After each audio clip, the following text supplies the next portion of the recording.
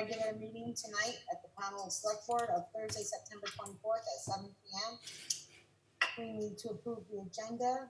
The agenda is approval of minutes of 9/3, 9/10, 9/18, warrants, board liaison report, ATV VASA discussion with Danny Hale, Pownal Parks Working Group, grants update, adopt mission statement, executive assistant report, wastewater treatment report for September, old business, discuss what to do with the 2013 school bus, amend ROW agreement with the Unicorn Management for additional PFOA sampling, loan amendment document for the Pownal landfill supplement assessment, appoint alternate CUD representative, approval to extend pro support on the office server for 3 years. Public comment will be available via Zoom, and we're going to have an executive session for contractual, but we also need to add a second executive for another contractual, and we need to add liquor license for the American Legion due to COVID-19, because once they close, they have to reapply. So can I have a motion to approve? And the second executive session for legal and contractual. Contractual is legal. I mean, it's a form of Contractual legal. for I both. just want to make sure it's clear. Okay. So So moved. Second. any further discussion? Mike, Aye. Ronnie, Angie, Aye. Jamie, okay. Approval of minutes of 9/3.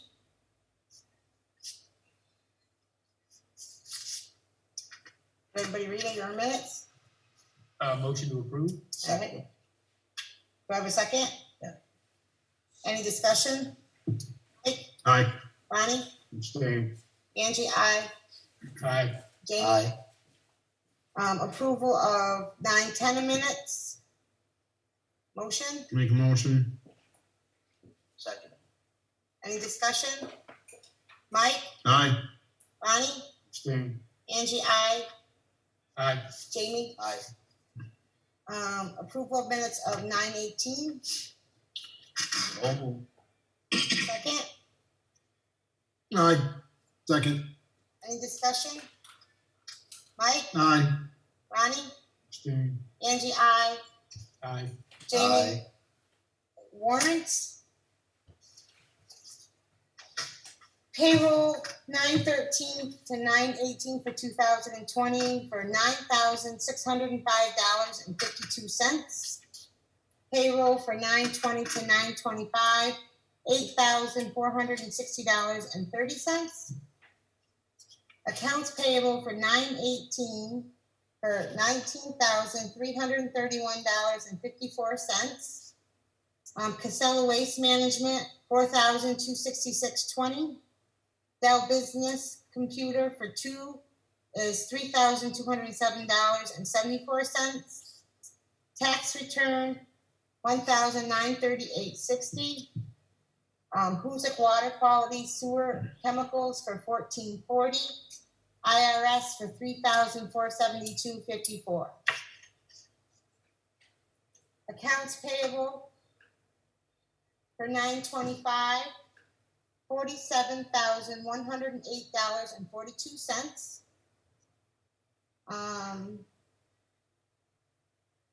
Where was I? I lost my thought there. Sorry. Bennington County Sheriff for $4,421.25. Strohmeyer Road Culvert for $14,960.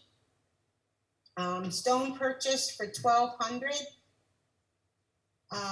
Black River is Town Office Project for $3,259. Green Mountain Power for $1,952. MVP Healthcare for $7,845.20. And retirement for $3,424.67. And then the IRS for $2,649.75. Can I entertain a motion, please? Motion approved. Second. Any discussion? Mike, Aye. Ronnie? Aye. Angie, aye. Bob? Jamie? Aye. Okay. Board liaison report, Rebecca? Okay, so I'm going to have Danny. All right, he's unmuted and there he is. Welcome, Danny. Hello, Hi there. Here, should we working? let's make sure it's loud. You gotta on make here. sure we got your volume up, sir. No, our computer. I think we're good. Okay, So I'll introduce how we started talking because Danny and I have been talking for a little bit here. Danny is the executive director of VASA, and he is here tonight to discuss the new ATV legislation and its implications. He's also here to talk about VASA in general, and also I will let him announce he has also entered into a contract for enforcement for our area. Danny, and then also if people are here to ask him questions, he said he'd be more than happy to answer questions from the public, but he is not here to speak about our ATV ordinance. That's not his position. right. Okay. And if people would like to ask Danny questions, you can have 3 minutes and we'll bring you in. So go ahead, Danny, take it away. Anything you want to talk about? Well, I certainly am better at answering questions than I am giving speeches, but we have entered into a contract with the Bennington County Sheriffs, just as we have with several other sheriffs in the state. We have two methods of law enforcement funding that we spend, and one is an MOU with Fish and Wildlife, which is mostly in the line of duty type of enforcement. They're out in the woods. If they hear or they receive complaints, they act on them. But then we have contracts with the sheriffs, which are more site-specific enforcement measures. We try to work with the sheriffs through our local clubs and have those two entities work together to figure out where the enforcement resources need to be spent within the county. So fortunately, we met with Joel, or I haven't met him actually yet, but He's here tonight. Lieutenant Joel Howard and I put together very quickly. They were very enthusiastic about getting on board and getting some enforcement in Bennington County, and we certainly appreciate that. In the past, we've had programs where we help provide some equipment to the Sheriff's Department, basically side-by-side units. We don't really have time to put that all together this fall, so we just loaned them one of the VASA side-by-sides so we could get the program, get some people educated that there are some new laws and they need to start paying attention to the old laws. And then moving forward into next season, we can have a little more robust enforcement schedule, I guess, if we need to. I'm sure we will. We have plenty of opportunity in Bennington County to educate folks, and that's primarily what VASA's goal is. Enforcement is not a revenue-generating tool for VASA. It's certainly we get 90% of all ATV violations that are paid. And I think that was around $15,000 last year. It was a total on that for the whole year for the state. So it certainly isn't a revenue generator. We'll spend around $80,000 this year on enforcement statewide. And that is without the purchase of any equipment this year. So we really had to step it up in a lot of locations this year. As you probably all know, there's been a big increase in folks, a big increase in communities opening up roads and such. So that's the enforcement piece. I don't know if you'd like to ask me some questions. On the Sheriff's Department, the second part of what I have to say is about the new statutes that were passed July 1. So I don't know if you want to ask questions specifically about the Sheriff's Department prior to that, or we can. Why don't we just finish the conversation and then we can open it up to the public, but board members may have some questions for you now. Bob? Yeah, and actually, some of this is redundant, so I'm going to ask the same question that we met with. Yeah, that's fine. That's fine. But this will be for public consumption. Yep. Yeah, this would be so the public hears it also. Right, yep. Talk about just a little bit about how the enforcement hours, / dollars are allocated and whether or not that's tied to the fee you collect in each area. Well, it's tied, so part of the answer to that lies in one of the new statutes, which is where if you're on an open highway, you need to have a Vassar Trail access decal. So that's actually changed. It's changed the answer to this question a bit from the past. But it's basically we need to have a club in the area, have municipalities that are working with us and are willing to try to manage the use. We don't have a set formula. It's more about putting the resources, and that's what VASA is. VASA is a statewide association that pools the resources of every ATVer and distributes them the best we can where the need or, the perceived need is. A lot of people think it should go here, it should go there. That's my job to figure out where it's best spent. And right now, Bennington County is lacked any type of enforcement funding specifically from VASA forever. For Bennington County, they're going to get probably a bigger chunk of the pie next year because we've been educating folks and we have very smooth running programs, say in Orleans County. That sheriff's been on board for 3 or 4 years. Everyone up there knows what the rules are.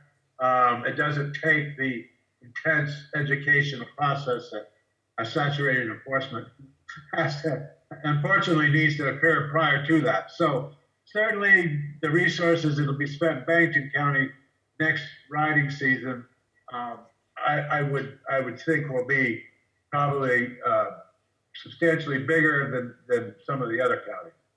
There again, hopefully in a few years, we'll have a Bennington County folks educated to the rules, and we'll have a new county, Addison County maybe will open up and need more resources. So we're not tying anything to a specific formula. We really try to focus and work with the communities to figure out what needs to be done and how we can make that happen. Right, and if I understood it correctly, and I'll put it in my own words, is that as new areas open up, they are naturally going to require a little more enforcement. And then as they become more acclimated and understand the rules, and people are educated on how to use what is permitted, what isn't permitted, and what to report, what not to report, then that the behavior changes, the behavior improves, and then you have less enforcement issues. That's exactly our hope. That's our goal. And we've seen that. Again, Orleans County was the first county sheriff to really come on board. And again, it was the enthusiasm of the sheriff's department that really made this take off. That, they wanted to do this. They had deputies that wanted to do the patrol. They see the issues, and now, most of the folks up there know the rules now. Not that we still do enforcement, we don't abandon it. It just doesn't take as much. So that's why we don't have a specific formula where, say, the most members gets the most money. That would make no sense. And so I guess I would, there's a term that's passed around a lot, and I think that there's been a lot of confusion about what it means, which is the term self-enforcement. And I think that what I hear you describing is that self-enforcement really is the relationship between the club and VASA and the town being in collaborative relationship where we are all talking to each other and letting each other know where there are problems, and then VASA and those enforcement resources are able to, deliver where they need to go. Would you say that's a correct assessment of what self-enforcement kind of means? Well, it certainly is a great one. It's not what the original intent of that phrase is. But what you said is, I don't know if that's what we should call it, but that's exactly what makes things work, what you said. We used to have a mandatory trail patrol where the club had to get out there. We had orange vests, had little brochures. Honestly, there was 2 problems there, and they both were people. And it put a couple of people in a dangerous situation. And so we stopped asking clubs to do that. we still have some people that get out there and try to educate folks. So that's the self-policing that we talk about at VASA, along with the club peer pressure. Now you have a great club that's forming in Pownal, and there's also a really good club over in Reedsboro. And them boys have worked extremely hard the last couple of years. That group has really worked hard, just as the club in your area is starting to do. And so when those folks are putting that much time and effort into trying to create something they really enjoy, and Joe Blow from Idaho comes in and tears stuff up and jeopardizes that opportunity, that's also another what we call self-policing. So it's a very broad term. It's misused probably more than it's used. But all of those things will occur when you have that community buy-in to a managed use of recreational use, and you have the people be responsible for the people. Ultimately, Pownal people are going to have to be responsible for Pownal. Right. And we're just here to help. Excellent. Does the board have any other questions, or? So do you want to? So let's open up just for questions for Danny. If anyone would like to ask a question of Danny, if you want to raise your hand, I'll unmute you. But it's only about that. It's only about that. It's not about the ordinance. If you want to Marshall Hudson Knapp would like to speak. Oh, okay, sorry about that. I thought we were gonna do the legislation first. Oh, I'm sorry. But if we're not, that's fine, we can do it. We can do it in 2 seconds. We can do it in 2 seconds. All right, Marsh, you put your hand back up if you want to ask a question. I'm moving my mouth. Now you can hear what happens when I move my mouth. Yeah, there you go, Marsh. All right. Okay. Danny, great to hear from you. And this brings, I think, some hope for a situation that's been pretty tense for folks. And I guess one of the questions I have is what happens, this is one of the more difficult situations, that what happens when ATV riders hold a drinking party in the middle of the night near residences in Pownal? What's likely to be the possible responses, resources to help with that? Well, those resources are already in place. I mean, it wouldn't. So law enforcement, call law enforcement, just as you would if it was a drinking party driving an automobile. It doesn't. There's no. If it's a reoccurrence and someone wants to let the club know or let Bassett office know, whatever it takes, if it's an issue like that, that's clearly something that is illegal. But, yes, clearly. Yeah, so call the sheriff, call the game warden, call the state police. That's how those things. Those are not things that we can control. That's illegal activity. And unfortunately, the fact that they're using an ATV versus a motorcycle or an automobile, a speedboat or snowmobile, those are that's the mechanical mechanism they might be choosing to deal with. But what you're talking about is something that's illegal activity, and you need to call law enforcement. And again, if it sounds to me like it's something that reoccurred, you have a reoccurring issue. You're right. Reach out to the sheriffs. Reach out to. And you've provided and to be clear, you have provided a side-by-side to the Bennington sheriffs and also contracted with them for extra enforcement hours so that they can get to those areas more easily, which they couldn't do in a squad car, obviously. Well, they could, but I think, it sounds like that that situation is reachable with a squad car. But if it's not, that's what the side-by-side's for. And Fish and Wildlife works well with all of our, throughout the state.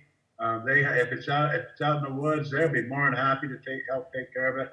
Again, there's really no, at this point, if you have an issue, you just need to call the law enforcement. So this sounds encouraging to me about additional funding for sheriff's departments to go out or police to go out in the odd hours. Are they available to do that in the middle of the night in Pownal? Do you all at the VASA or the town provide funding for that if that's needed? So again, if you're asking for nightly patrols between the hours of 11 and 3 a.m. to try and catch someone doing something wrong, the answer would be no. Okay. But if you have some credible information that there is a party that takes place every Saturday night or holiday weekend, Sunday afternoons, or, I mean, part of the responsibility is going to be the people that are being, we've got to, sheriffs can't be everywhere. So if you have a reoccurring issue, even if they don't get there that time, if they don't catch them, a lot of people always say, well, I call and I don't call because by the time the sheriffs get here, they'll be gone. And it's like, well, that's not the right way to look at it. You need to call the sheriff and at least let them know, or someone, 911, call the police and let them know that there's an incident. And then after 4 or 5 calls at the same time, then we have some credible information. We'll put some money in, it's investigations. That stuff can all take place, but a big part of it is the community. Those are local people. They're not people coming from if they're around in the middle of the night. For the most part, yeah, right. So what you're saying is people will need to call in, and then if there's a general pattern that every Saturday night there's a big party at X place, then getting some people organized to go out and get that under. Yeah, and it doesn't mean, quite honestly, it's probably not going to be every Saturday night, and it's probably not going to be you call once and the problem will be resolved because, again, it's the folks in the community that are doing it, and their behavior is not going to change very easy. And they've been doing basically what they want in Southern Vermont for a long time. So this is going to be a process. This is certainly the first step. The lieutenant and I, we just pulled this together last week in 4 or 5 days to get this started to try to show what effort we're willing to put into it. And I know that it'll get better. I mean, I've been doing this 20 years. It'll take some time. But again, part of if you're serious about resolving the issue, part of it's going to be reporting the issue so we can figure out what's going on. Does the town have a buy-in in taking responsibility for this funding, or is there additional money available, or are you all the only source of additional funding? Well, I believe we have sufficient funding for ATV enforcement. Okay. Again, parties at houses aren't our primary purpose. That's something that's happening in your community that should be dealt with. But honestly, we'll do what we can, but that's a drinking issue, not an ATV issue. And we're more than willing to help, but I would think that could be dealt with. Thank you. Bob has a question. Bob? No, I just wanted to add to that if I could. I mean, that's the same point that the board has been making for a while, is as long as I can remember, back when I was in high school in the 70s, it was that's the guys driving around, finding a place to drink after hours. And then whether it's a farmer's field or, whatever it is, and that's what it used to be, the activity is the same. It's just now they do it on dirt bikes, ATVs, cars, SUVs. The vehicle is not, I don't see that as that much of an ATV question. It's more of a after hours drinking and DUI question. Because ATVs are involved, we certainly will like to help that because that if they're out there, if they're doing that at that point, then they're doing other times that it needs to be dealt with. So we're all about helping. I just don't want to give the community the false sense that this funding it's not bottom end. There's a bottom in it, and we're more than glad to do everything we can ATV related, including helping with this issue. But it's not going to. Great start. And to be clear, that's in addition to what the town contract with the sheriff's department. So we Absolutely. It's, yep. contract plus this additional. And so I think, Marsh, that was part of one of your questions is what other sources of funding? There's only two sources. There's the town contract and then there's the VASA contract. Yep. All right, is there anybody else out there that would like to ask a question? Please raise your hand. No one's raising their hand, but while Danny's here, Danny can move on to his second part. and you want to talk about the legislation, and then I have something that I'll talk about before he goes as well, Okay. that we worked on together. Very, very quickly, as of July 1, 2020, helmets and insurance are required, and VASA trail access decals are now required on all VASA trails, open roads, or public land trails. So, what for years now, we have always encouraged it. We always encourage towns to have an ordinance, because that puts, some perimeters around the time and date and everything. In every single municipal ordinance that I've been involved in 20 years, helmets and insurance were included. And we always ask for the trail access decal to be included too, because we need that revenue to provide the resources back to the community that's opening up the roads and trails. So we worked for years, 6 years, I think, to try to get those things. What would happen was there was no enforcement mechanism because law enforcement wouldn't enforce municipal ordinances because they were so hard to win in court. And the cost of going to court and fighting the municipal ordinance just wasn't worth it. You're out in the woods, you don't know if you're in town A or town B, and all you got to do is be on the wrong side of the line and it'd be a worthless ticket. So after years of VASA trying to get these things in state statute, we were successful in July 1. So that's the new rules. We have since got, we figured out that because the way statutes are written, we had a little unintended consequence that if you're on a lake in Vermont, a frozen lake in Vermont, your ATV would, in the original statute, your ATV would also have to have a trail access decal and helmet. So we went back in the last few weeks, and we were successful in getting that language into a bill that hopefully will be done in a week or so, where you will not need your helmet or trail access decal on a lake in the wintertime. It'd be just like a snowmobile. You will need insurance, but they wouldn't give up insurance. But everyone recognized that an ice fisherman wouldn't necessarily need pay that additional $60 for a trail access decal because they weren't using any resources. And they're probably already wearing a helmet if they're out there in the winter, so because their head's cold. So that's the new language. This year it's been an educational year. And probably next year, most of it will be an educational year. We're not going to just come down on everyone. A lot of people in side-by-sides feel that because it has seat belts and a roll cage that you don't need to wear a helmet. Unfortunately, the safety data shows that it's actually more likely to have a head injury in that scenario because the roll bar is so close to your head.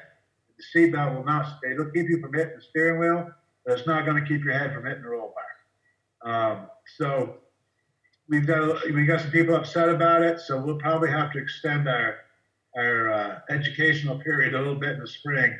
But either way, those are all statute now. All right. Any questions? The level of insurance, I think, is equivalent to a motor vehicle, correct? Yes, it's the same as a motor vehicle, and I don't know exactly what it is, but it is the same as an automobile. Yes, Just liability, right? it's the exact 25,000 for an individual, 50,000, and it's the exact same as what's required for automobiles. Okay, do you have anything to add, Rebecca? Not to this section. Did anyone in the public have questions for him regarding the statute? New statutory legislation? I just, I'm not sure everybody has this opportunity and they will actually need, but I just want to make it clear that somebody coming in riding from another state, even though they're registered in another state or whatever, they still are required to carry liability insurance equal to or above what the state statute says. Is that correct? Yes, everything that is in Vermont, in order to come to Vermont, you have to obey all Vermont laws. Right. Okay. So nothing's different. The fee's actually even the same. We in Vermont, you have to register and buy a trail access decal. It turns out to be $105. If you're an out of state, you come to Vermont, the trail access decal alone's for $105. So, everything's the same. Easy. Right. I just wanted to make that clear that Yeah. an out-of-state rider has to have insurance equal to or above what the state statute says. Yes. So if no one has questions, I can move on to, this is our last part of VASA conversation.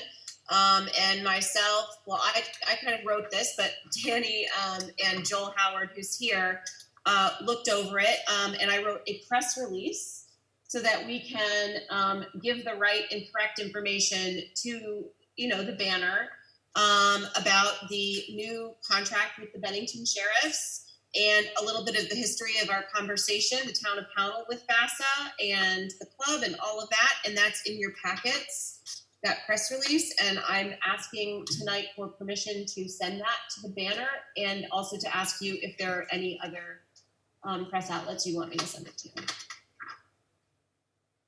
mean, really, it's our local one. It's the one that makes most sense. Does this require a motion or just a? I think you just said chair could just tell me to do it. Yeah. You can do it. So- Okay. So I would say Vermont Digger is probably a good one. I can send it to Vermont Digger as well. Yeah. And then all the usual suspects, our Facebook page. Well, if they print the article, I'll put that on the Facebook page, and if the article doesn't represent the press release, I'll put the press release on the Facebook page. How about that? Okay, Okay. sounds good. All right. Danny, thank you so much. All right. Well, thank you, folks. And you folks all should. You need to clone Rebecca. Yes. I Thank you wish so much.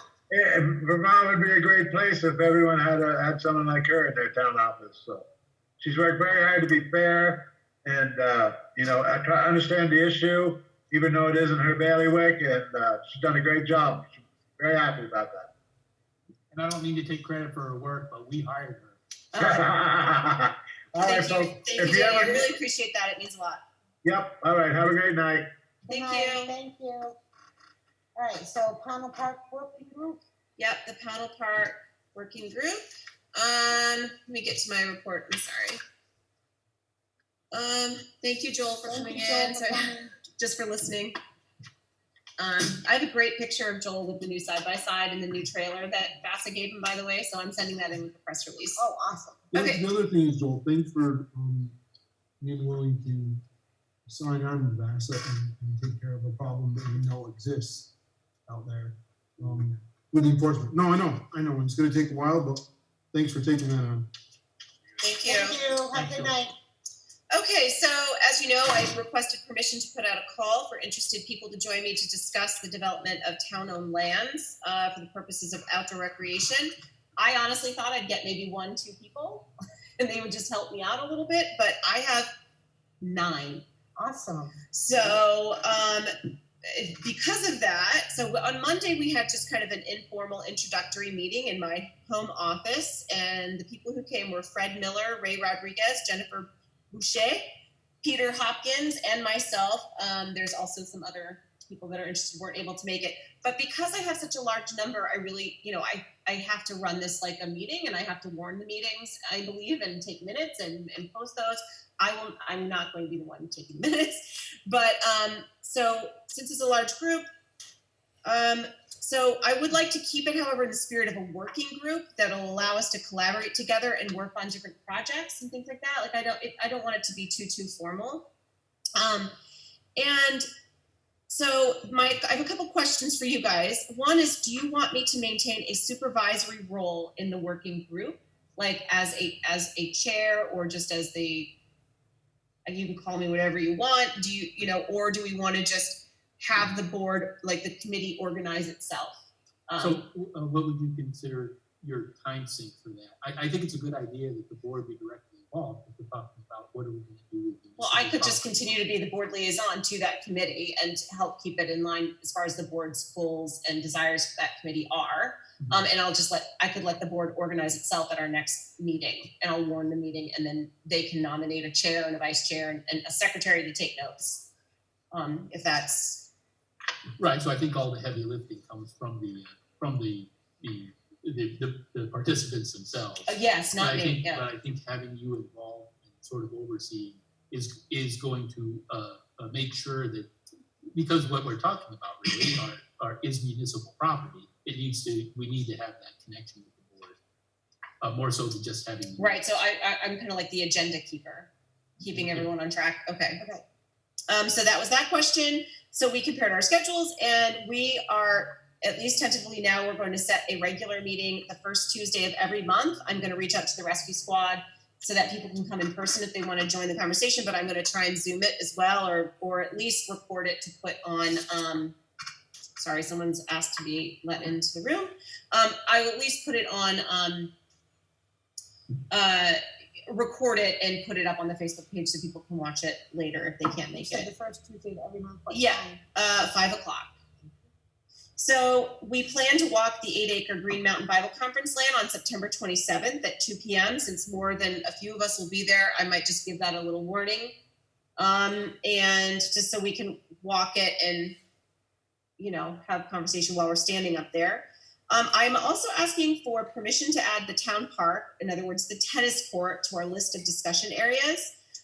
We have a member who's interested.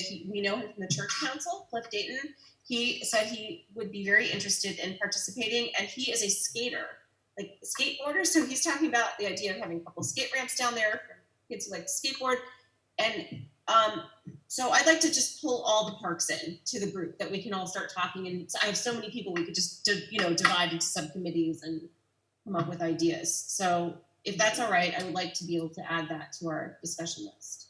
I would think that my personal opinion is that any of the municipally owned properties, whether it be this little tennis court down here or the 8 acres or the property behind the tannery or anything in between, should be fair game for this committee to work on to expand and develop it into some recreation. That's right. And so to be fair, to be very clear about what the group is, it is parks and outdoor recreation. That's what it is. There's nothing else about it. It's not the logging. It's not, Right.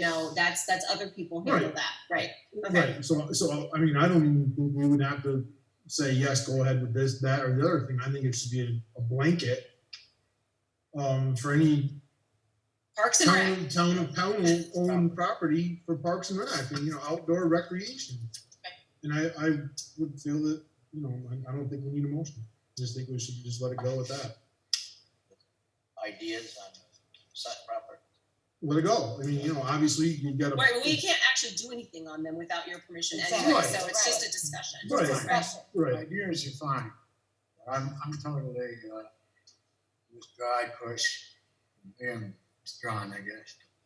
I don't, who's gonna maintain, how much insurance do we need, all these other particulars. Yeah. People talk about stuff, well, you know what, you gotta have people there supervising, it costs money. Mhm. And I'm here as a money changer, I guess you call me. I'm here looking out for the taxpayer. Not everybody is interested in going for a walk. They should probably, but not everybody is. That's all. I mean, I don't mind suggestions and things like that. I think it's up to the board to decide Right. where and how. And like we've got like this property that was donated back to the town. I don't know. I mean, there used to be a couple of farmers on the board, which I sat on here with. They used to say, we're not in the real estate business. Put that up for sale. Tax sale, do what you want. We're not. If there's something really good, I'm all for it. But if it's something that's going to cost a lot of money, have a lot of liability, cracked heads open on the skateboard thing, concrete, blacktop, things like that, no supervision, I'm not for that. So that's my statement. And I think I'm going to second that and expand on it a little bit, because the other thing is the board has to be in complete control. So I assume that only 9, I say only 9. That's pretty good interest, but it was 9 members. Same And as I- the Supreme Court. That's true. So the point there is the membership isn't up to who's a member of that group is not up to that group. It is up to the select board. Right. We are in Right. control of that membership. We're in control of. Except for the fact that I'm the one who let them all in the group. No, but you're our Because you told me to liaison. do it, yeah, okay. Because you're our liaison, Right. and that kept us in control. I just want to make sure that we're not transferring. I would like to that cap the membership at responsibility. 9. I think that's enough. I think Yes, that's I fine. too. agree. You Okay. don't want too many people. Previous times, we've had committees turn into, all of a sudden, they're telling the board. And they I should- can't see that They should happening. be asking what we're gonna do for the town.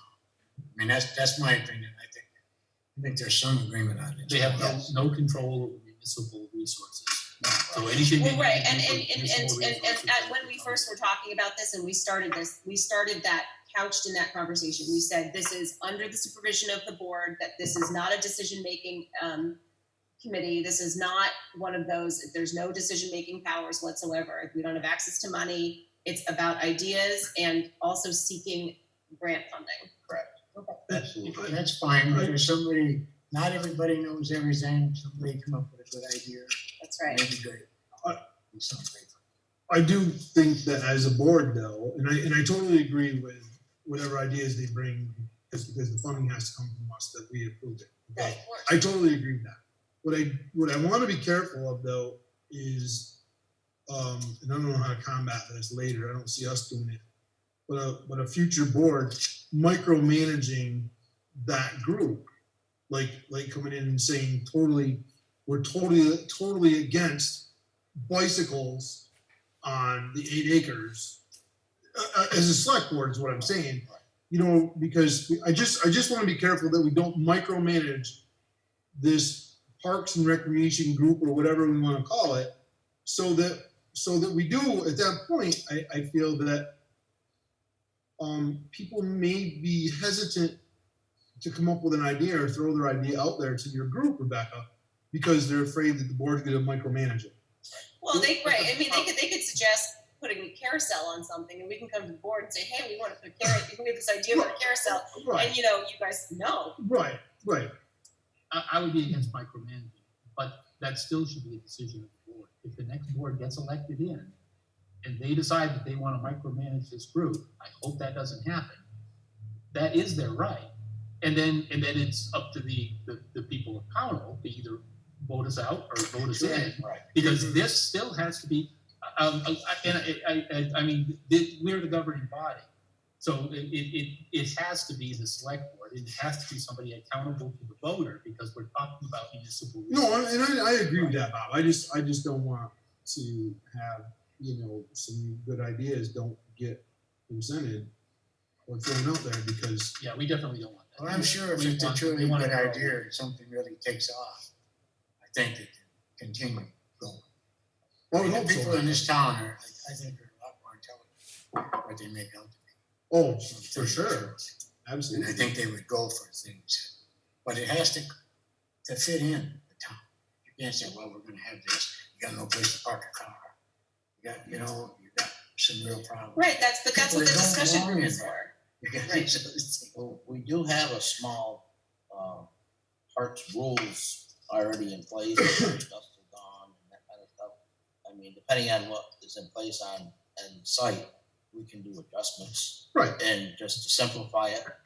Well, it would be, And, everything would be a discussion. An exactly. idea is So- just an idea, that's all it is. Then Right. there's all this work that you have to do to Right. seek out, are there resources for this idea? Is the idea practical? Do people like the idea?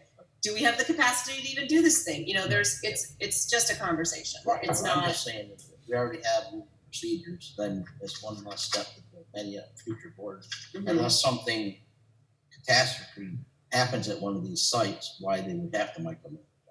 Mm. I mean, that's my only concern Okay, can you move on? for that. So, so that's done with that. Okay. Okay, so next is grants updates. We were awarded $20,716.76. So they actually gave us over the maximum amount allowed, and approximately 16,000 of it is going to the town clerk's office. Her land records are going to be digitized and placed on a portal that can be accessed remotely. And then the listers also received an award of approximately $4,500, and they are in contract with a company called CTI, and that's updating the mapping codes. So yeah, so the cultural facilities grant, still waiting to hear. The award letters go out on October 9. Historical preservation, we're still working on this with the church council. We had your grandmother's pictures digitized, and the church has actually offered to pay for that, even though the board voted to pay for it.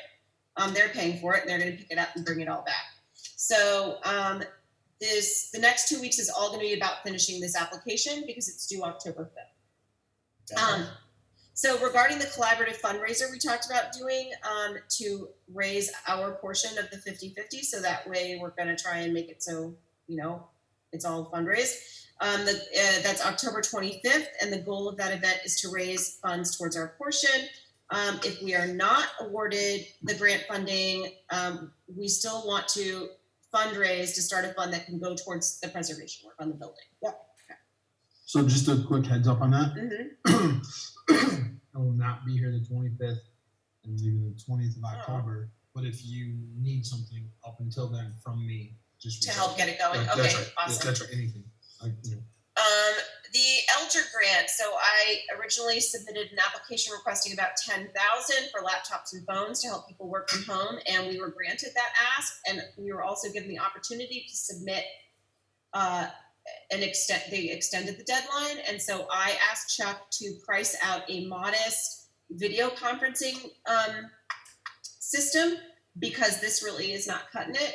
It's difficult to hear. We're difficult to be heard. I know people can hear me because I'm really loud, but everyone else, it's hard to hear you guys. And it also, I really think that this video conferencing and this way of having meetings isn't going anywhere. So this is a system that can move with us to the new town hall. Even when we're able to bring people into meetings again, I believe we'll probably also still do video conferencing for people that don't, So that would be really great if we could also get that. That would be close to another 20,000 on top of that. So another 20 on top of the 10? No, it would be another 10 on top of that 10. So it would be a total of 40,000 in grant award. Wow. So that's the grants. And right now I'm just trying to finish these ones out before I start looking into new ones because the grant process is a little bit, it can be tedious, but it's a lot of little minutia bits of information and things like that. Okay, so next item is the adoption of the mission statement. I've not received any further commentary on it, so it's ready for discussion and adoption. And I've already printed it out twice for you 2 different weeks in a row and sent it to you in email, so I have copies of it here if you want to look at it, but what's that? Sorry, yeah, I did not print it again because it's just too much paper. I am okay with it. Yep. So if everybody's okay with it, then we need a motion. I motion we adopt the mission statement. A second, please. Second. Any further discussion? Mike, Aye. Ronnie, Aye. Angie, aye. Bob, Aye. Jamie, Aye. ayes have it.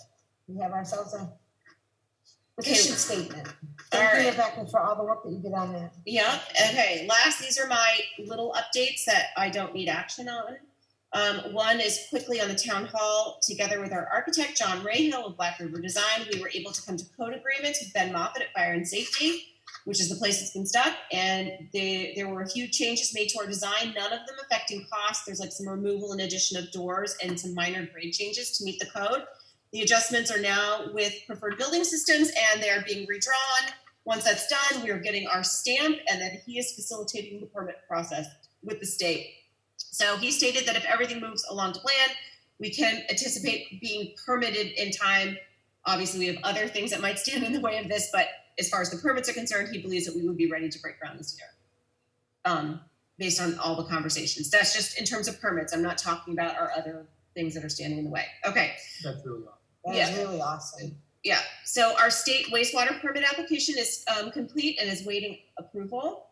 I attended the VLCT municipal policy adoption meeting. It was kind of spur of the moment. I didn't know it was happening. So I signed up to be the voting delegate to the VLCT. And I have to tell you, it was really, really interesting. Every year they have this meeting. And if you're the voting delegate for your town, you help determine the municipal policies of the VLCT that then affect other towns. We actually get to have a say in how things are kind of working at that level. And so I just thought that was really exciting. And I didn't really have much to say this year because I didn't, it was my first time, but I'm sure I'll have a lot to say next year. Bob, go ahead with your question. Mhm. Oh, how many people were there? How many people were voting? Well, it's kind of, there was 29 people present, voting delegates present, which I was surprised by. I would think that every town would want to have somebody there because it really, I learned a lot about what kind of, the policies that they're setting. It involved many different subjects. So yeah, there was 29. So the people that show up and give their commentary, they considered it and they have influence on that policy. So it's they also do it for passive as well. So next week, they're doing, there is town fair. And so I'm going to attend. I've registered.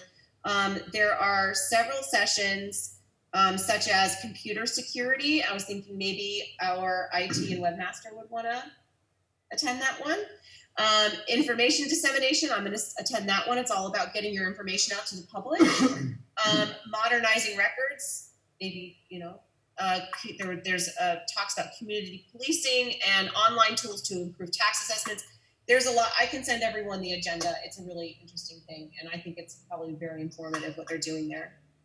I would like to specifically attend the managers and administrators roundtable, even though I'm not a town administrator, because I'm performing some of the aspects of that position. I think it would be valuable to hear what they're talking about. And I plan to attend the Keeping Your Community Informed and Engaged workshop.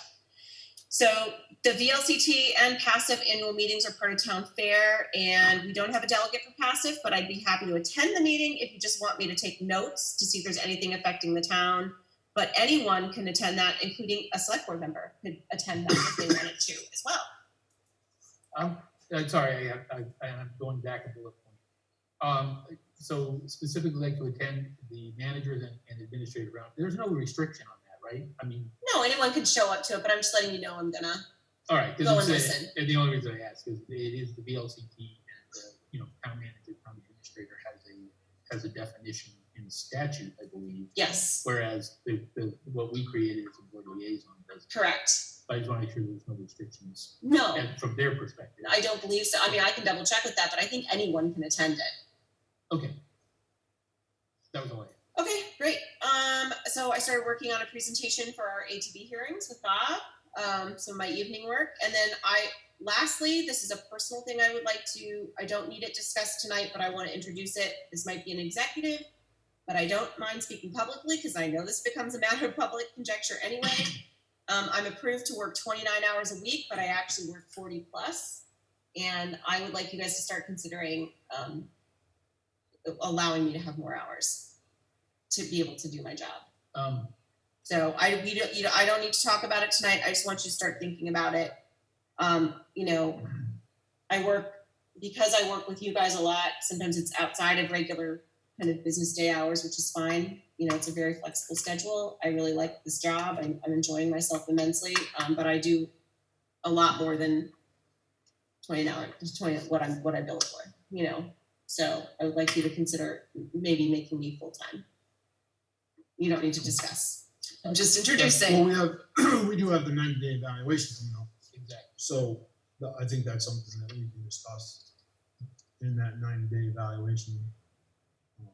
Well, did we ever answer the question of what is the exact date that's up? We need to. I don't We think should we've put our actually. board liaison. I don't remember the exact day. I know it was before I went That's to a matter of Virginia. going back. Yeah. That's a matter of going back through our minutes and finding what the actual hire date was. But I do believe that is coming up fairly It's got to be shortly. like by the end of October. I think I it's the end would- of this month. Now, once again, just from my personal standpoint, I would like to be involved in that 90-day evaluation for sure. How long are you gonna be gone? I am leaving October 20th and will not be back until November 1st. Early November then. Okay. You know, now if it can't happen, well, you know, it has to happen while I'm gone. It has to, I understand. But I would love to be involved in that. I have worked, as most of you guys have, I've worked with Rebecca a ton on a lot of different projects. Yeah, absolutely. And that's not something you can dial in for. We're still doing zones. I don't know if I'm gonna have. You're gonna be in the I'm gonna be in mountains. Montana. I'm 17 miles from Idaho and 50 miles from Canada, so you tell me. I don't know. Yeah, Like, exactly. so, like, for instance, I've already done over 29 hours this week, and then we just added something that I need to do tomorrow. But it has to do with the fire, so I would like permission to add those hours for writing the Board of Health letters. I'd like to add that to my time. You did approve me last week because we all had all hands on deck. That was a crazy emergency, and I do appreciate that. Right, and I think that probably we should have that out there too, that we did approve Rebecca Overtime. The overtime, well, it's not overtime, it's her extra hours. Some of it was Okay, overtime. whatever it was, the extra hours with the fire that were unrelated to what we asked her as a board to do. That was due to the emergency. Due to the emergency of the situation, correct. So that was approved. Yeah, thank you. So I just wanted to introduce the concept because it's a lot. It's a lot. So like I said, I just, I would like to be a part of that evaluation for sure. So if we can schedule it before I leave or after I get back would be perfect. Okay? All right, are you all set? I'm done. Okay, Thank you. thank you, Thank Rebecca, you. great job. Executive Administrative Report and Wastewater Treatment Report. Linda, do you want to come up here? Sure.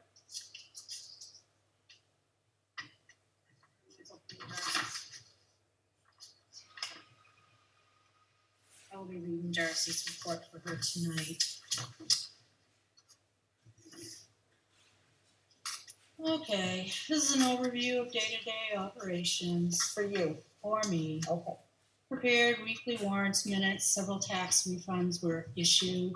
Actually, this is pretty much for the month of September. Pownal Valley Fire Department was invoiced for diesel fuel used, and I just want the board to know, who doesn't know this, that money gets credited back into the road fund. Ordered a replacement printer for the Lister's office and arranged for the main copier to be serviced for a new drum. Assisted board liaison with quotes for the ledger grant application and invoice research as requested. Clarified work of comp coverage for the Pownal Rescue Squad. They're currently covered under passive. However, going forward, the squad will most likely be asked to obtain their own work of comp coverage, same as passive asked the fire department to do last year. Passive made the request just days prior to the policy renewal last year and did not mention the rescue squad at that time. The rescue squad recently asked for a certificate of coverage and passive realized that they were missed last year. And possibly this could happen this year. Passive insures all or nothing, general liability and work of comp. Quarter one sewer billing of $85,362 was released for September 1st. And I've been currently collecting and data entry in of the payments. The Transfer Station West landfill reimbursements are up to date. $142,912.62 has been invoiced to date. And that's from the $259,335 of the approved Clean Water Revolving State Loan. Assisted the engineers working on the landfill project to locate contact info for property owners as they needed to do additional well monitoring. Reply to several emails and forward resident concerns, questions onto appropriate departments. Attended meeting with the Pownal Center Community Church reps and provided all available information retained in the selectmen files to assist with the historic preservation grant application that the board liaison worked on. Coordinated a lead paint test for the church building and forwarded the lead report onto the board. Worked with the wastewater treatment facility to secure propane and heating oil contracts. currently working with the road department to bid for diesel fuel. Joel's looking into getting a 1,000-gallon tank to replace the 2 500-gallon tanks. A year or so ago, a metering pump was purchased, but it wasn't installed due to using 2 smaller tanks. Marty, you probably know more about that than I. Yes, I do. Got all the instructions down home. Did you? Are you gonna still put it in if we get the If the tank? town steps up to the plate and gets in the proper tank, there'd be nothing but trouble with 2 500s. Okay, Joe explained that to me, so he's looking into that. CDL drug testing has gone to a portal system, which I just got the town set up for. I surveyed town staff and department heads for cell phone provider coverage. Everyone agreed that Verizon would best serve the town's needs.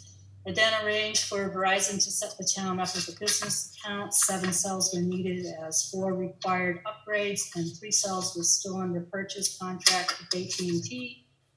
We still need to retain AT&T for cell and internet service at the transfer station. Delivered cells the following day after the AT&T service was shut down, and completed the cell warranties. Staff and employees are very happy and thank the board for authorizing the cell provider change. Completed VLCT 2020 compensation survey, and that allows the town this year to receive a free copy of the book when it becomes available, and this is a savings of $70, because that's what the book costs if you don't do the survey. With regards to the town office project, retain bond counsel for the town, and I'm working on a list of documentation required for a preliminary financing opinion. In the meantime, the treasurer contacted our bank to discuss the financing, a line of credit or bond anticipation note. She was told that the town would need a completed FY19 external audit and the opinion of bond counsel. The interest rate will vary, but somewhere in the 2% range. It was emphasized that the FY19 audit will go stale in February 2021. We will then be required to have the F20 external audit, which would be good until February 2022. Your board packet included tonight a detailed transaction report of all money spent to date from the municipal office fund. And I also completed a 6-hour webinar for municipal budgeting last week. I met with Dave Adams, and we started the process for this year's town report. And equipment was disposed of. The John Deere tractor was sold last week, and I prepared the bill of sale for that. Prepared bills of sales and titles for the 2 school buses, which were sold this morning. Insurance on the 2 buses was reviewed today. The permit fee for the wastewater permit application was also taken care of. It will be mailed out tomorrow. Very good.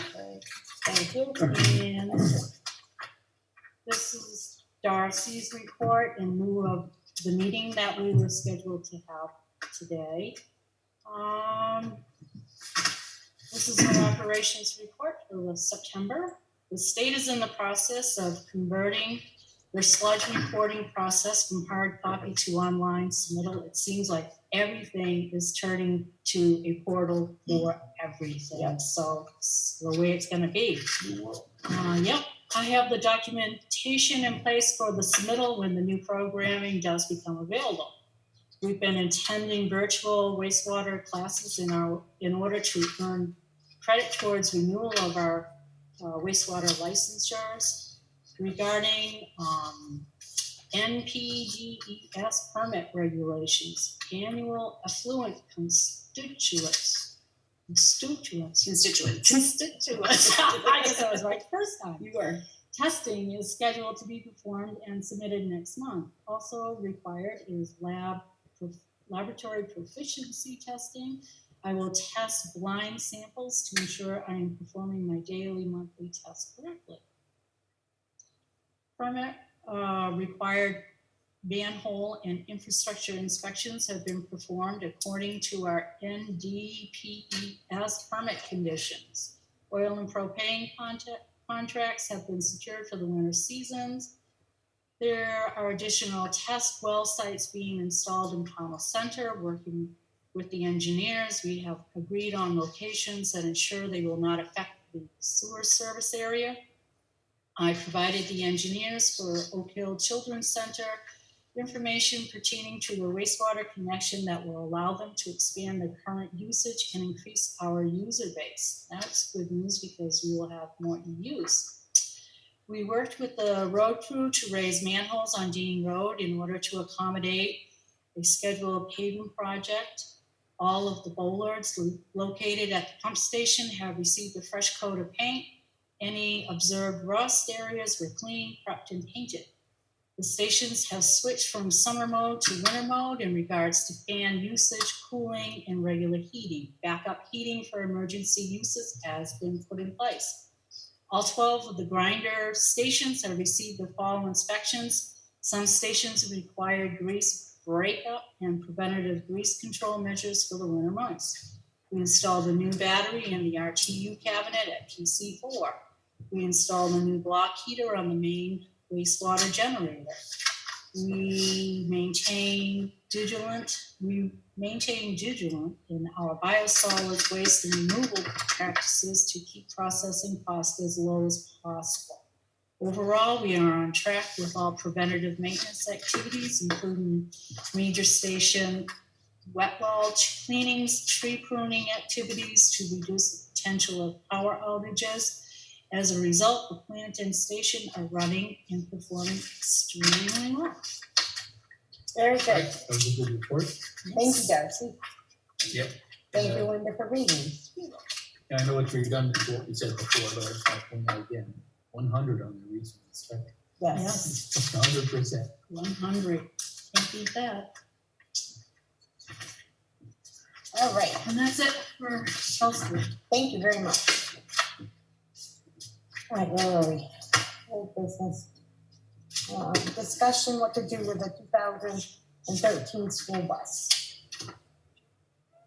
All right, I would like to start that it was on the ballot and the townspeople, this was on the ballot. Shall the voters authorize the select board to acquire and maintain the operation of 2 used school buses donated to by the Pownal School District at an estimate cost of $13,450 in the road fund, and that was passed.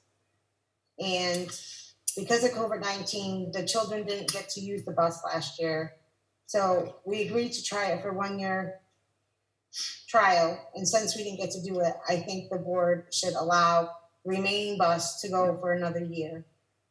We just sold those 2 other buses for $9,500, so that more than that can go towards the cost, or we can put it into the road equipment line.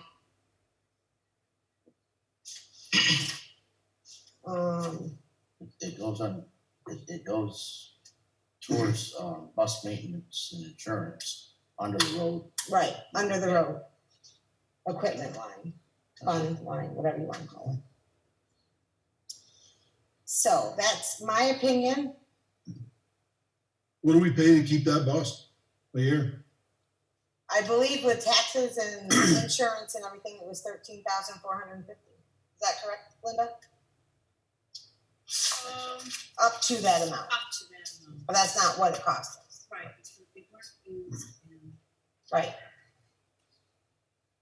I think it's only fair that we allow So- it to go on for another year. And Mike, I know that we're never gonna agree to disagree on this.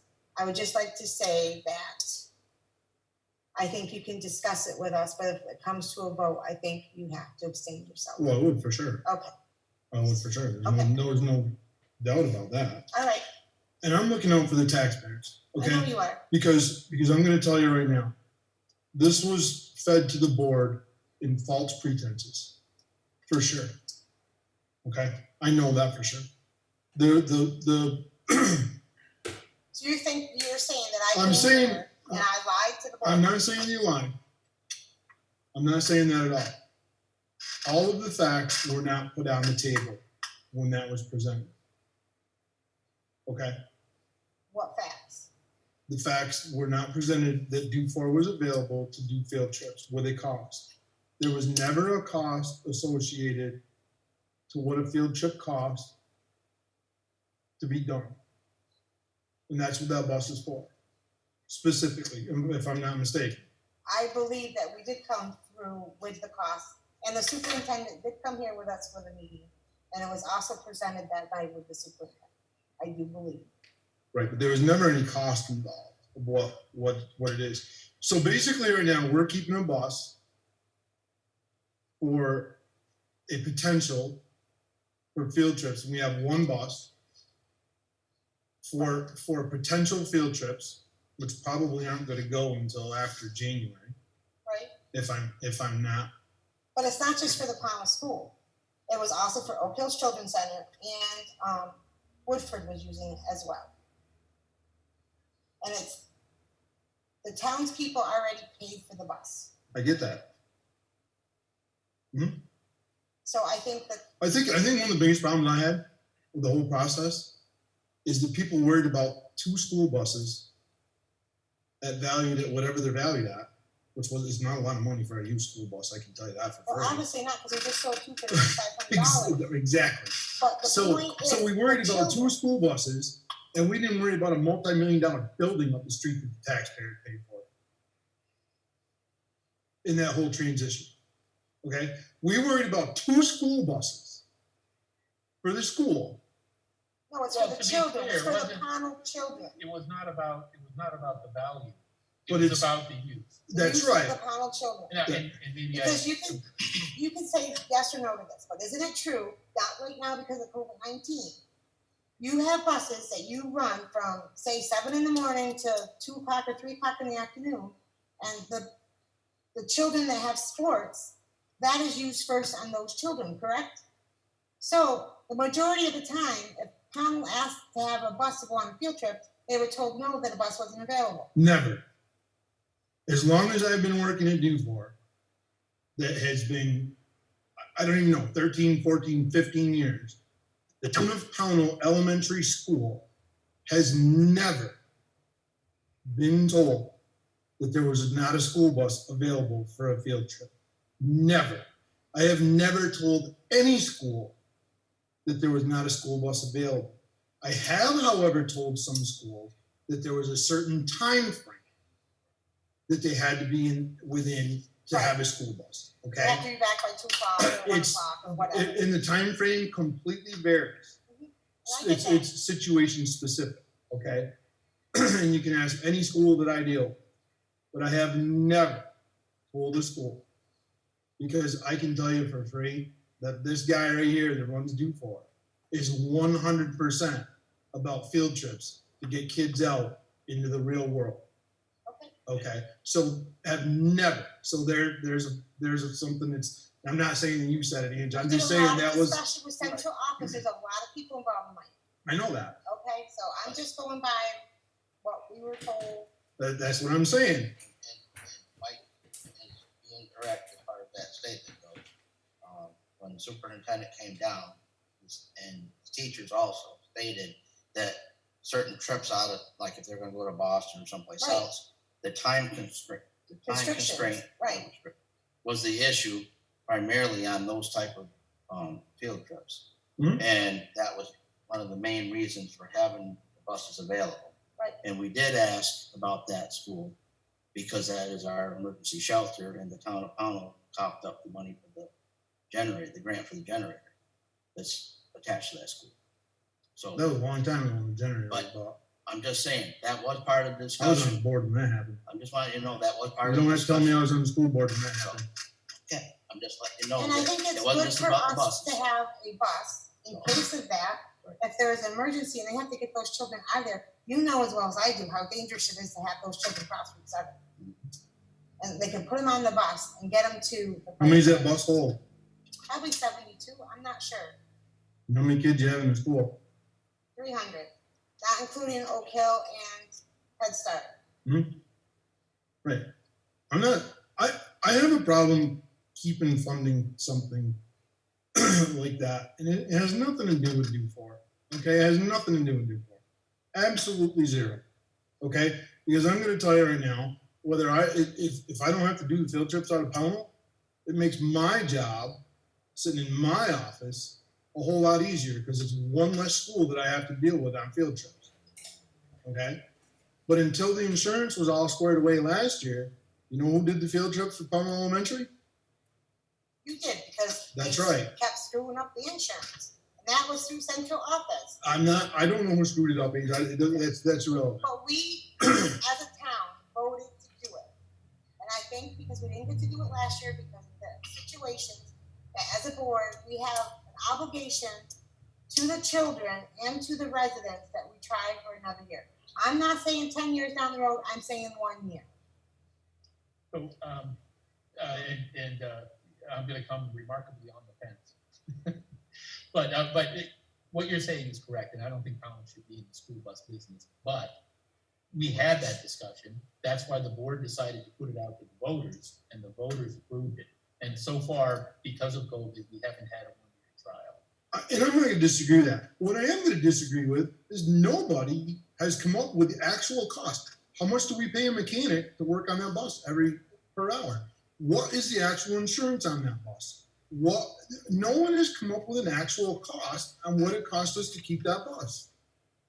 I've never seen an actual cost. I got a couple questions. Talked about 2 other facilities. They pay for it when they use it. So I was gonna ask. They pay for the bus Okay, driver so the and mileage. And the second question I got was directly with liability insurance. How much liability we got? It's precious cargo. We have to have the same On them thing buses. that he has on his buses. That's what took it. Like, year and all. We have it. I was We have already- 10 million. I was told before, when we had the discussion before, I was told that, well, we can't get it done. We can't get it done. We better keep a bus. We already own the bus, all right? We already own, and the bus is another year old, that particular. And I honestly don't believe we should be in the bus business. That's just my opinion. To answer the Like you insurance said, question, We got 300 kids in the school. Well, there's We not got a that bus many. that holds 72. I just said that. There's like Right. 49. Anyway, we're not gonna get them all out with one bus. And you know what? We can't dream in hypotheticals. What if something happened? Well, you know what? That would probably something will happen. There ain't much we can do about it because we can't prepare for anything. Right. I would like to see an actual cost. I'd like to see what we pay, and who we pay to maintain that bus. And are we paying a certified bus mechanic to maintain that bus? Because if it comes down to a liability thing, I don't know. I don't know. I don't have the answer. This isn't a loaded question. I guess what I'm saying is, Those numbers You know- are available. Can we get them for our next meeting? Certainly, if I had known I would have. right? No, for sure. Linda. No one's pointing fingers. Are you I just saying- are you- the bus- your mechanic is Joel. So are you Thursday. saying he's not certified? I don't know. I don't know that, and I didn't know that Joel was the mechanic. He is. Okay, and that's fine. I don't have I'm not questioning Joel's ability whatsoever. Okay, I'm gonna be totally clear on that. Just from a liability standpoint, when something's done to the bus, because this is, and I know this for a fact. Okay, when you make an alteration to a bus, and I'm not saying you have, I just know this because we have to do this. When you make some sort of an alteration, if that happens, it either goes back to the manufacturer, okay, or it gets inspected by someone from DOT. And I'm not saying there's been alterations because I'm not making. I just know this kind of thing that this isn't maintaining your. And Joel realizes that. He's been maintaining the buses for Pownal for many, many years. So maybe he's certified, and So I I'm don't. also thinking too, the buses have not left. They haven't left, They no. haven't left, so there hasn't been. Which is absolutely horrible for him, by the way. Right. Trust me, Yes. I had so many problems with mine that sat from March until we started using it. It was awful. So But there was some maintenance done just in order to sell the buses today. So that they would be able to go. Mhm. Right, I'm sure that As far as, we wanted to cost track, and because of COVID, the buses didn't move, so there isn't a lot to cost track, other than, yes, we had to pay for insurance. So we had to pay Whether for the buses insurance and we went- had to pay for the inspection 3 times a year. right. So it's not even a fair assessment, is what you're Yes, saying. not a fair assessment. Right. So even cost tracking it's not even fair because it's going to No, be and minimal. besides, were able to, we had progressive first, and then I was able to get it up to the passive. And when we made the transition, it hasn't even been a complete year. It was Right. like, we had it for a few months, then we moved to another program.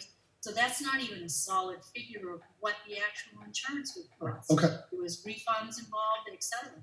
No, and I understand And that. I I'm just, just pulling this off the top of my head. Sure. Because I don't have the figures in front of me. right. These are just questions that come up. Yep. Right. I understand.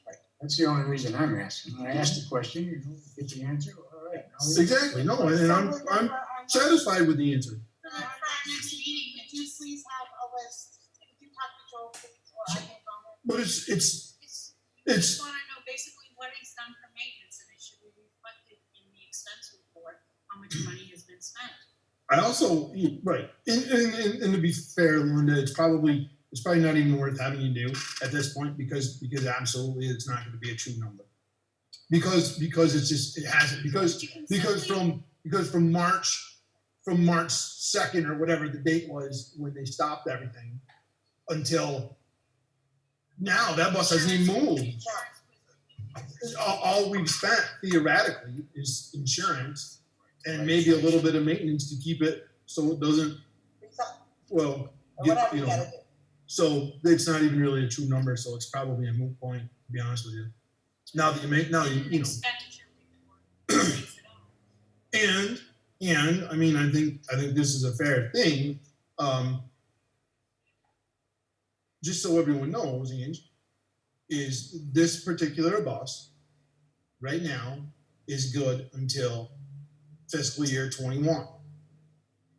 July 1st, unless the contract changes, okay, unless the transportation contract changes, and it could because it's due. So I don't know how it's going to be rewritten and reworked. So the insurance could change the minimum, or and the minimum age, or maximum age, not the minimum age, the maximum age. Right now, this bus as 2013 is no longer usable fiscal year 2021 under the current contract.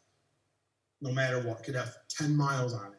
Other than your current contract or current statute? No, it's what has to happen is for the town of Pownal, because we become a vendor to the SVSU elementary district. Okay, not just the SVSU, but it's the new district that was formed. Okay, so we become a vendor. So in order to be an outside vendor, we have to provide the exact same or better equipment that the contract calls for. So right now, the current contract is no older than 7 years old. Has to be 7 years old or newer. And there's a mileage clause in there, but this bus will never meet that mileage, and no bus that Pownal ever has will ever meet that. I think it's 130,000 miles or something on a diesel, and it's different on gas. It's all contract purpose. It's all public knowledge, but I don't know that part of it totally. When you have to maintain, right now, it's a $5 million or better liability policy. Which we have what, 10 million? Right, and I think we carry 10 million too. So since it's only good for another year, I think we should just leave it the way it is. Yeah, I mean, we're not gonna get any money for it. I'm just want to bring up, it's a sour taste because it's never been presented totally factually. And I'm not saying anybody's ever lied, because they have. That's the easy way out too. I just wanna Get to note use too it that for the year, Pownal does and have then its contract. it's not gonna be legal, and the town can't holler. You can't say you made a mistake. It has a We're contract. not gonna buy another new bus. Right, they have, the town of Pownal has a contract with the SVSU elementary district. That's right. That's And to absolutely right. be clear, any of the elementaries can use the bus. Did that, now speaking of that, was that a 1-year contract, Linda? Does that need to be? It was a blanket contract. Okay, I just want to make sure that, so that if we're gonna keep the bus, that we had the contract signed. Well, I'm gonna make sure of that for sure. Can we move on? Are you done? Are you? Yeah, I'm done. Okay, thank you. You can get your mask on. I know. Okay, so we're in. We already do it, we're never gonna agree with that.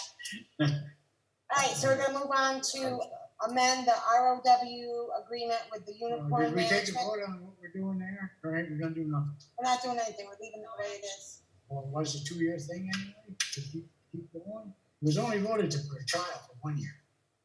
Correct? Yes. I think. So do we have to say, well, look, we want to extend it a year? Or do we just let Do it a it, couple or does it sleep, that contract we're in out in a year? That's all I'm, All right, I know.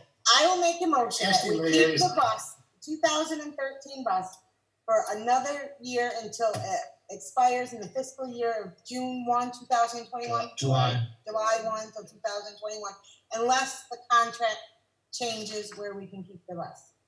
That's my motion. I'll To second, continue the trial period. continue in each other. All right, all right. Any further discussion? Mike, Abstain. Ronnie, Aye. Angie, I, Bob, Aye. Jamie, Aye. thank you. All right, moving on. Who seconded it? John, Ronnie did. I did. And she asked me if I would say aye or not. All right, You know, totally confused. I'm sorry. Amend the ROW agreement with Unicorn Management for the additional PFO sampling. That's the Center Street watering sampling. So we just have to sign the contract, correct, Linda? The amendment, The amendment. Do we need a motion on that? please. Yes, so could I have a motion, So please? moved. Do I have a second? I'll second it. Pick whoever you'd like, Linda. I got mine. Okay, I'm louder. all right. Any discussion? I was testing for what, PFOA? Yes. The old Okay. dental Right care. here in the old Center Street, the old one wire. Right, Mike? Aye. Ronnie? Aye. Angie, I. Bob? Aye. Jamie? Aye. Okay, the ayes have it, thank you. Loan amendment document for the Pownal landfill supplemental assessment. Remember, he came here and he was on Zoom and he told us about the 13K that we agreed upon at a previous meeting. And he had to get it in writing for the loan paperwork, so that's what they're asking us to do. Make a motion. Okay, I was just gonna ask, did we motion last time, or did we say we were going to motion once we got the? We numbers? did motion. We Yeah, did I thought we motion to did accept that he had to get the I paperwork guess to we us. made the motion Right. because Okay. he said something to the effect we're already in the. Right. So, and do we, so do we need a motion this time? Yes. To sign it, Okay, all right. yes. All right, so who made the motion? I'm I sorry, did. Mike. Aye. Do I have a second? Second. Any further discussion? Mike, Aye. Ronnie, Aye. Angie, I, Bob, Aye. Jamie, Aye. the ayes have it, thank you. Appoint the alternate CUD representative, and we got a letter from Carlin Everhart. And she's very interested, so I make a motion to make her, Maybe not. I'm sorry? It might be a he, but I'm. Oh, a I'm- he. I don't know. I'm wrong. I might be I wrong. really don't know. I know, I keep. I'm sorry, a he or a she, I'm not sure. Sorry, Carlin. Sorry, Carlin. I'll make the motion that we accept that person I'll second, as an alternate. that's no. Okay, any further discussion? Mike, Aye. Ronnie, Aye. Angie, I, Aye. Jamie? Aye. I'll get him in touch with Kate. Her letter was on that, her name was on the letter as well. Where was I? We need to approve to extend the pro support on the office server for 3 years. Chuck, it was 1,006 and he got it down to 627 for the next 3 years. 627 a year for the next 3 years. So that's $627, so that it's covered for, The next It's 3 just years, support, right? right? It's- Maintenance. Yes, maintenance and support. our motion, we approve to extend the pro support on the office server for 3 years. Second. Any further discussion? Mike, Aye.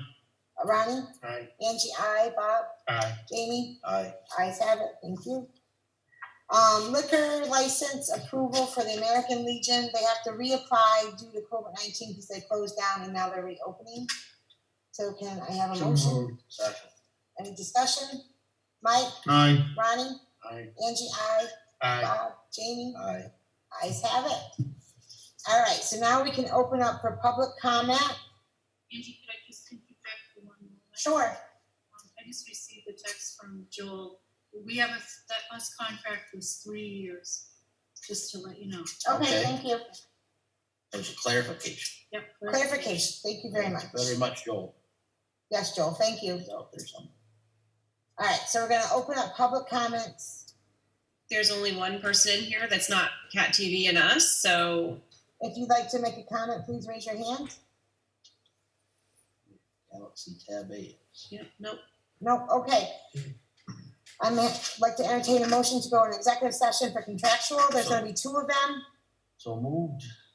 And I'm gonna mute and turn off the camera. Do I have a second? Second, Any discussion? Mike, aye. Ronnie, Angie, I, Bob, Aye. Jamie? Aye. I make a motion that we investigate a contract with our webmaster for our webpage before we expend any money. Do I have a second? Any further discussion? Mike, Aye. Ronnie, Aye. Angie, I, Bob, Aye. Jamie? Aye. Aye, the ayes have it. We need to go back into executive session for another contractual thing. Make a motion. Second. All right, Mike, Aye. aye. Aye. Aye. Okay, thank you. We'll be back in executive session. Oh, I thought you did it. No. We We gotta have to do do that. that in executive session. We don't turn Oh, that no, on okay. until we're out. We're out, right? So there's no So we're back. further action taken. So could I entertain a motion to adjourn? Make a motion to adjourn. A second. Any discussion? Mike, Aye. 6 minutes to spare. Ronnie, Angie, I. Aye. Jamie. Aye. Thank you, everybody. Have a good night.